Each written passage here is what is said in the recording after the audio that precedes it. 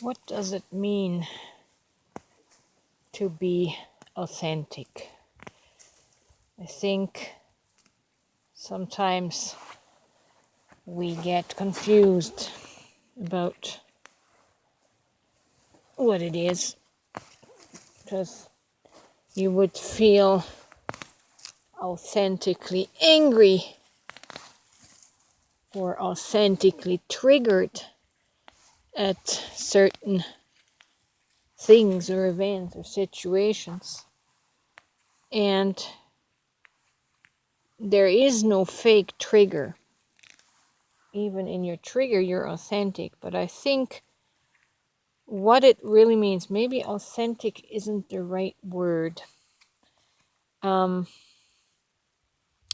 It's more like your true self, because your true self, our true self, our innocent self, pre all the programming that we received from life, the programming that indoctrinated us into how we are to behave, who we are to be, etc., etc. All of these learned behaviors are not our authentic soul self. They are the masks that we thought was us. They were the masks that we put on to fit in, to fit the expectation of society. But that is not our authentic core self.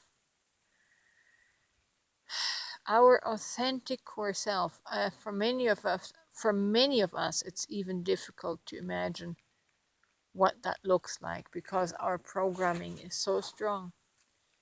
Our trauma responses are so strong that we think that is us. But if you can at all, think of the version. What would you have been like if you hadn't experienced the trauma? If you hadn't to conform in order to survive? Who would you have been, or who would you have become, void of all societal expectations? I think that is the authentic self, the resonant self that we are all talking about. And to experience the resonant self, the whole self, the core self, is